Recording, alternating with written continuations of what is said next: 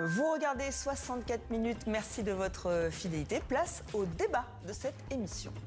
La Russie a été le premier pays à reconnaître l'émirat islamique d'Afghanistan. C'était en juillet dernier. Aujourd'hui, c'est l'Inde qui se rapproche des talibans, non sans provoquer une certaine colère dans le pays. Alors à qui prochain un retour en grâce de ce régime qui invisibilise les femmes est-il possible?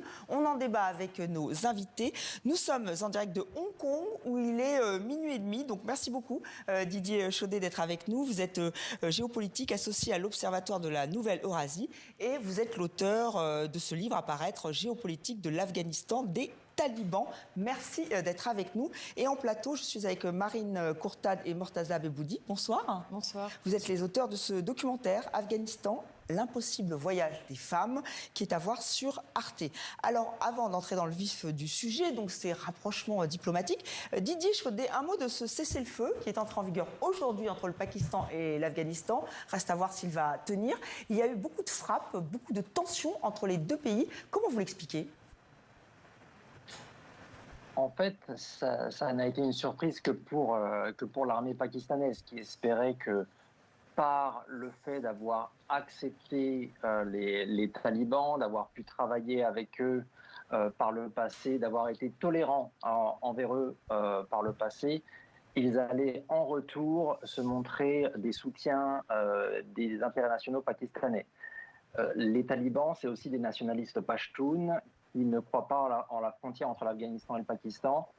Et les combattants, ceux qui ont vraiment permis la reprise du pouvoir par l'émirat, eux détestent le Pakistan. La haine contre le Pakistan par les talibans, par les moudjahidines par le passé, par les islamistes afghans, c'est une longue histoire. Donc en fait, là, on ne fait que vivre la continuation de ces tensions-là. Cette fois, les talibans peuvent se retourner directement contre les Pakistanais. Donc voilà, ça explique effectivement cette reprise de violence entre les deux pays.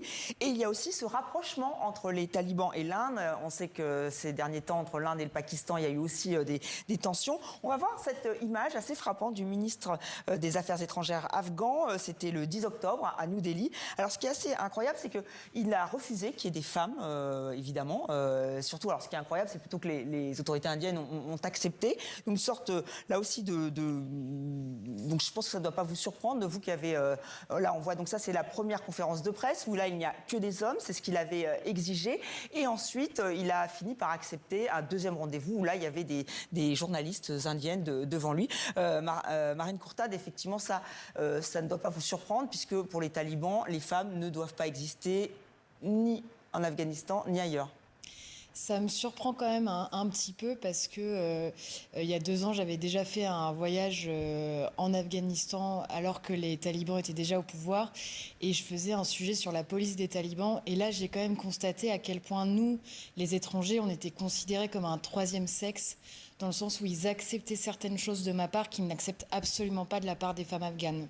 Donc là, le fait qu'ils ne veuillent pas qu'il y ait des femmes indiennes, là, ils ont encore changé, peut-être durci leur façon de voir ou pas forcément?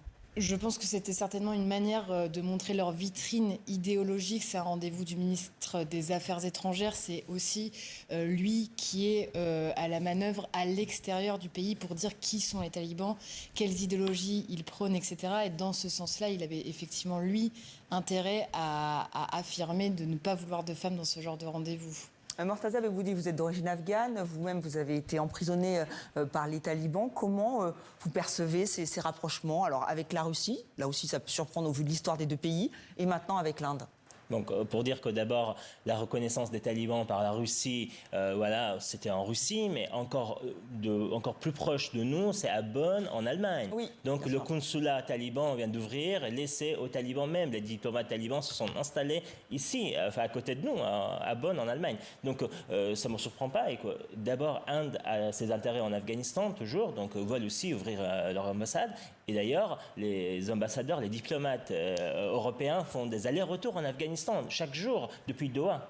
Est-ce que ça, c'est regrettable qu'il y ait ces prises de contact entre différentes chancelleries? Est-ce que ça peut aussi permettre peut-être d'avoir une influence Bon, c'est important pour nous, pour la communauté, notamment pour la communauté internationale, hein, pour éviter cette crise économique en Afghanistan. Donc d'ailleurs, si les ambassades ouvrent en Afghanistan, si les talibans reprennent la diplomatie avec l'Occident, donc c'est une chose positive parce qu'ils peuvent surveiller de plus près, avoir des investigations sur le terrain, notamment aujourd'hui la CPI, la Cour pénale internationale, qui ne peuvent plus faire des investigations, des enquêtes en Afghanistan. Donc ça nous permet après, plus tard, s'il y aura une diplomatie avec les talibans, avoir des négociations, enfin voilà, des enquêtes sur place, menées sur place en Afghanistan. Voilà, des talibans qui redeviennent fréquentables. Didier Chaudet, est-ce que vous partagez ce point de vue On va revoir ces images, effectivement. Pour vous, c'est l'ordre logique des choses que les talibans se rapprochent de l'Inde, de la Russie, et effectivement, on reviendra après sur les Occidentaux. Là, on est en pleine réelle politique. Les Indiens se rapprochent des talibans parce que les talibans sont des ennemis des Pakistanais. Donc il s'agit de prendre le Pakistan en tenaille. Les Russes sont allés plus vite que les Chinois dans la reconnaissance parce qu'eux n'ont pas l'argent des Chinois pour pouvoir influencer l'Afghanistan. Donc ils utilisent leur force de frappe diplomatique parce qu'ils n'ont pas la force de frappe économique. Les Chinois sont beaucoup plus prudents. Ils font attention en général dans la région. On a tort de confondre Russie et Chine de ce point de vue. Les Russes ont voulu prendre de vitesse pour exister politiquement dans leur petite compétition qu'ils ont avec la Chine. La relation Russie-Chine en Afghanistan, c'est de l'amitié, mais aussi une certaine compétition entre grandes puissances.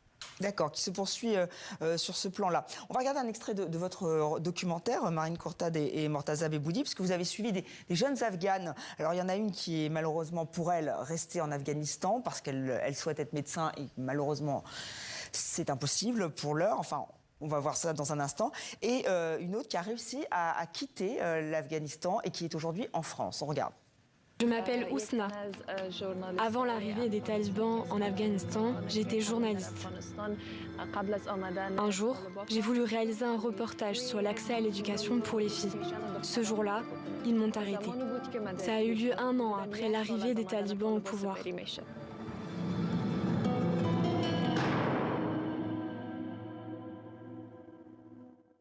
On m'a bandé les yeux et on m'a embarquée. Je ne sais pas combien de temps je suis restée emprisonnée. Je me souviens juste des coups que j'ai reçus.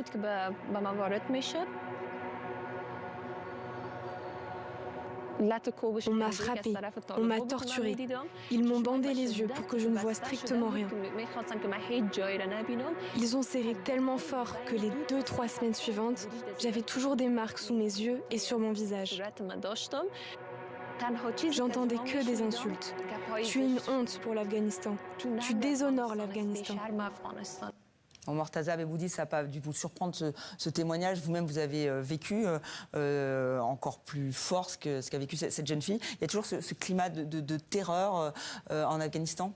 Toujours, tous les jours aujourd'hui, tout est censuré. Évidemment, aujourd'hui, plus de 350 médias afghans ont dû fermer leurs portes. Donc, la plupart des journalistes sont aujourd'hui enfermés chez elles, donc, notamment des journalistes femmes. Et ceux qui veulent résister, qui continuent de travailler avec les médias occidentaux en tant que fixeurs, en tant qu'interprètes, donc ils sont enfermés, emprisonnés, torturés. Aujourd'hui, dans chaque cellule, je peux dire, dans chaque prison des talibans à travers l'Afghanistan, il y a toujours des journalistes emprisonnés, torturés chaque jour. Et donc, on ne connaît pas leur situation aujourd'hui parce qu'en fait, l'information ne circule plus. Et donc, les talibans, comme en Iran, hein, le régime à côté, le régime de Téhéran, le régime de Kaboul, aujourd'hui, ils forment une armée numérique aujourd'hui. Après, on a eu 3 jours de blackout total en Afghanistan, Internet coupé, et les télécommunications coupées. Aujourd'hui, ils veulent surveiller les voix dissidents, les arrêter, les traquer et ensuite les torturer. Donc ça, c'est encore un palier au-dessus. Et c'est vrai que Internet, c'est vital pour ces jeunes filles. Il n'y a que comme ça qu'elles peuvent avoir accès à l'éducation. Internet, c'est plus que vital parce que c'est là, aujourd'hui, que les cours clandestins ont lieu. Et c'est aussi la seule fenêtre sur le monde pour les jeunes filles qui sont cloîtrées chez elles, qui n'ont rien le droit de faire. Donc elles ont toutes elles tentent toutes d'avoir accès à un téléphone, de pouvoir regarder ce qui se passe sur Internet, etc. Ce qui est déjà un défi parce qu'il faut pouvoir se payer une connexion Internet, il faut déjà pouvoir se payer un téléphone.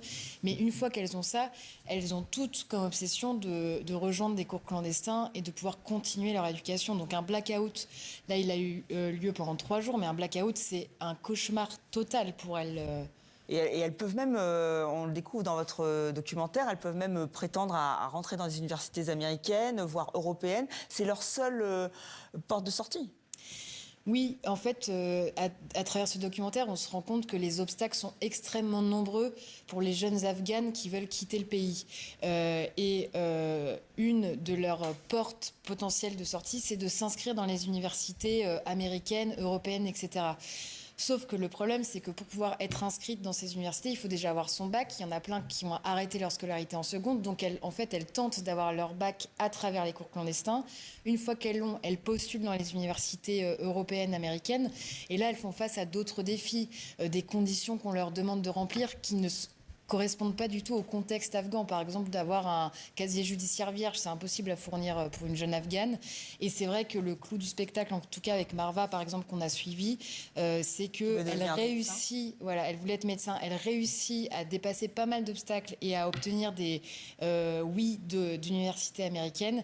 Et là, Donald Trump déclare que les Afghans et les Afghanes n'ont plus du tout le droit de venir sur le sol américain et donc elles se retrouvent à la case départ. Et il y a des scènes effectivement poignantes où on voit ces jeunes filles qui rêvent d'un autre avenir et que toutes les portes se ferment devant elles. Didier Chaudet, on va revenir à ces coupures d'Internet, cette armée dont nous parle Mortaza. Ça ne vous surprend pas, vous, de voir que les talibans en fait, s'emparent de la technologie finalement pour pouvoir encore plus mettre un couvercle sur le pays ? Ici, c'est véritablement lié à ces tensions qu'on peut trouver à l'intérieur du régime entre les plus pragmatiques, je ne parlerai jamais de talibans modérés, mais des pragmatiques, c'est-à-dire des gens qui sont prêts à transiger sur l'idéologie, notamment sur la question des droits des femmes, pour pouvoir être acceptés de nouveau par la communauté internationale. On les retrouve notamment autour de Sirajuddin Haqqani, aujourd'hui, qui est le ministre de l'Intérieur, et de Mollah Yacoub, qui est le ministre de la Défense, le fils du Mollah Omar, soit dit en passant. Eux sont plutôt des pragmatiques, mais ils ont face à eux un chef des talibans, Mollah Akhundzada, qui, lui, veut véritablement modeler le régime à la nord-coréenne. Et cette coupure Internet, c'est lui qui l'a voulu, c'est le camp de Kandahar, ce qu'on appelle le camp de Kandahar, qui l'a voulu. Sirajuddin Haqqani, d'après ce qu'on sait, a essayé de s'y opposer, il n'a pas été entendu. Et le but, c'est de consolider le pouvoir autour d'un seul homme, Akhundzada, aujourd'hui. Mortaza.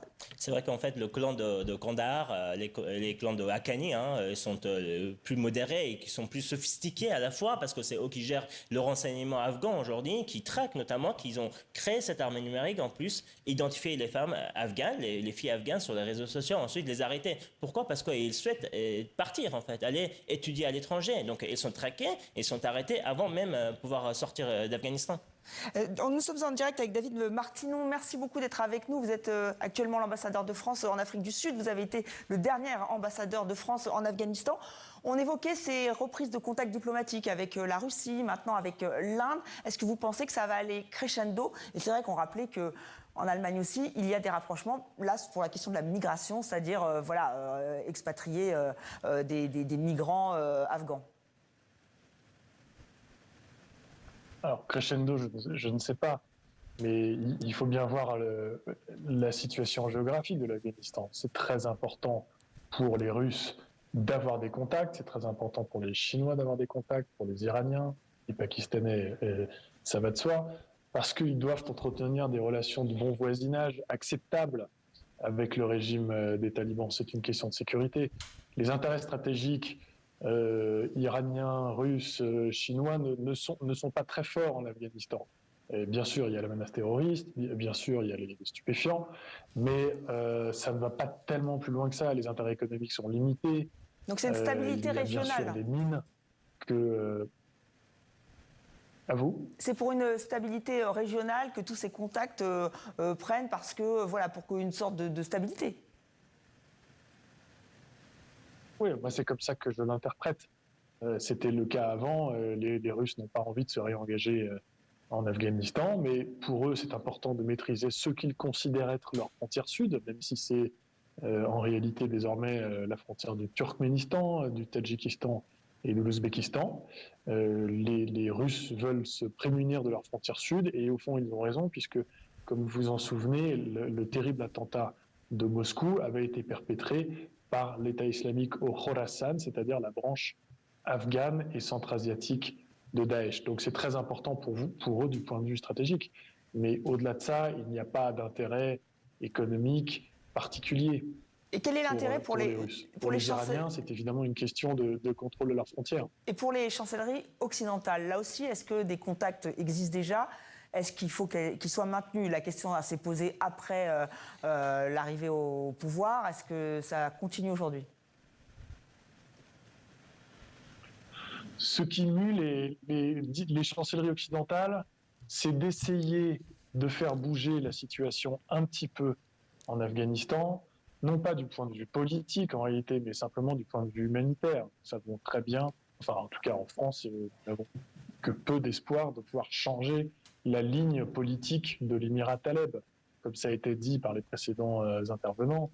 Aujourd'hui, on est dans une situation où la ligne de l'émir Aïbatullah, qui est donc l'homme qui dirige véritablement l'Afghanistan depuis Kandahar, est extrêmement, c'est la ligne d'un État d'une Corée du Nord islamique, au point que le Mollah Yacoub, donc le fils du Mollah Omar, et Surajuddin Haqqani passent pour des pragmatiques. Il faut bien voir ce que sont ces personnages. S'ils passent pour des pragmatiques à côté de l'émir, ça veut dire que la ligne de l'émir est quand même extrêmement radicale. Donc en fait... et on l'a vu ces derniers jours. Donc ce que nous essayons de faire, c'est d'essayer d'aider les femmes et parfois le lien officiel peut être utile. Donc là, si on vous entend bien, effectivement, le seul espoir pour ces jeunes femmes afghanes, c'est de partir. Et encore, l'impossible voyage, comme vous le dites.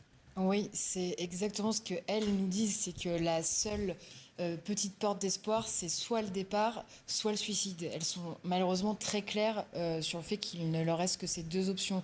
Là où, effectivement, le départ reste quand même très compliqué, c'est que avec l'arrivée des talibans au pouvoir, les ambassades européennes ont fermé à Kaboul. Et donc, aujourd'hui, ces femmes, elles doivent d'abord quitter l'Afghanistan et aller dans les pays limitrophes, le Pakistan, l'Iran, etc., pour avoir la possibilité de demander un visa aux ambassades européennes. Et ce temps d'attente dans ces pays limitrophes est extrêmement long. Au moins 1 an parfois. Et c'est vrai qu'on découvre ça dans votre documentaire que j'invite nos téléspectateurs à voir, L'impossible voyage des femmes. C'est donc sur Arte. Merci à vous David Martinon. Je rappelle Kaboul Chaos. Les 15 jours qui ont fait basculer Kaboul aussi, c'est votre livre. Et merci à vous Didier Chaudet. Je rappelle qu'il est presque 1h du matin chez vous. Donc merci d'avoir été avec nous.